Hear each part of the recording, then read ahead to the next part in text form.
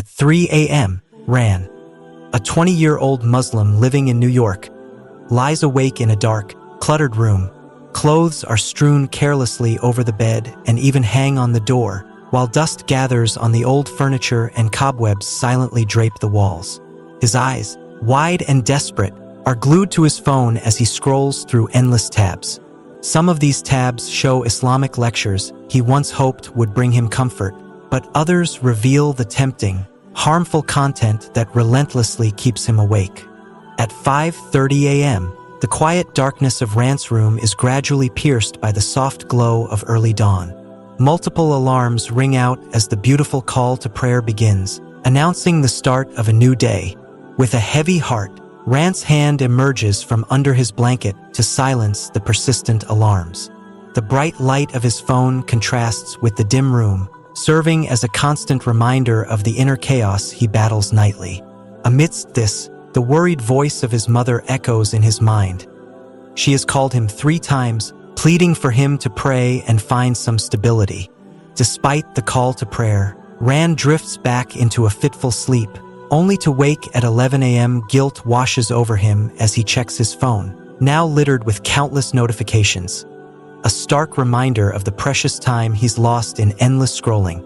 His prayer app shows that far is long past and that the noon prayer is nearly upon him. Murmuring, just like every day, I'll change tomorrow, inshallah. Tonight, I'll sleep early. He feels the weight of promises made too often, each one echoing the same empty cycle. Determined to study for his upcoming exams, Ran sits at his cluttered desk with an open anatomy book. The environment should be conducive to learning, but the magnetic glow of his phone, resting just within reach, proves too irresistible. A single glance soon morphs into hours lost in an endless cycle of scrolling through videos and posts. A sudden reminder about his exam sends his heart racing, underscoring the reality that yet another day has slipped away due to distraction. As the sunset prayer nears, a tinge of guilt pushes Ran toward his prayer mat. Just then, his phone chimes with the notification of a new episode of his favorite show. A small voice in his head urges, "Just watch one episode, then pray you'll focus better." However, after 3 episodes, Ran rushes through his prayer, reciting the words mechanically without feeling their true essence. In that rushed moment, he feels trapped, hating the cycle he's caught in yet feeling utterly powerless to break free. During dinner, the warm chatter and closeness of his family should offer comfort.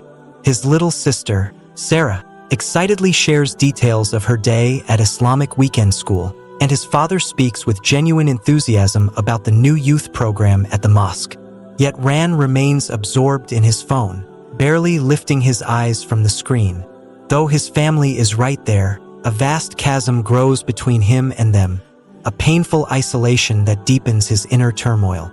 That night, while many Muslims wake for special prayers, Rant's room stays shrouded in darkness, lit only by the cold glow of his phone. In a desperate attempt to fill the emptiness, he begins scrolling through a mix of inspirational Islamic content and forbidden videos.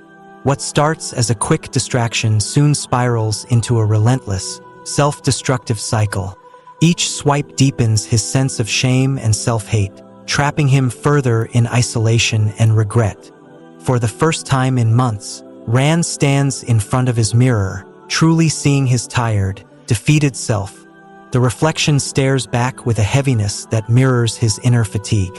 Overwhelmed by regret for the missed prayers, lost time, and wasted potential, he collapses onto his prayer mat. Tears, long absent from this sacred space, begin to fall as he chokes out a trembling plea, "Ya Allah, I can't do this anymore. Please help me." This raw, desperate cry is a genuine appeal from a heart yearning for change. That night, Ran dreams of a transformative vision. In his dream, he stands before the Kaaba, surrounded by a sea of devoted worshippers bathed in soft, ethereal light. Amidst the crowd, an old man, glowing with serene wisdom, approaches him. With a gentle yet piercing voice, the old man explains that it isn't the phone or the bed that traps him. It is Satan's whispers that distract him from Allah's purpose. This powerful dream offers Ran a glimmer of hope and the realization that he must return to his spiritual roots.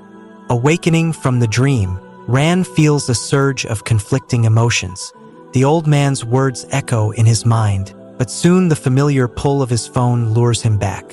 A triggering image ignites forbidden desires, and in a moment of explosive anguish, Ran smashes his phone against the ground.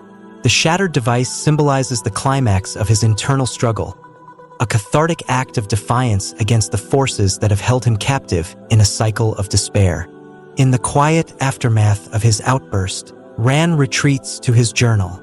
He begins to write, reflecting on the ceaseless battle within him, not just against a phone or distraction, but against the negative thoughts that have sapped his spirit. As he documents his feelings, he acknowledges that his struggle is deeply spiritual, a disconnect from Allah that fuels his self-destructive habits.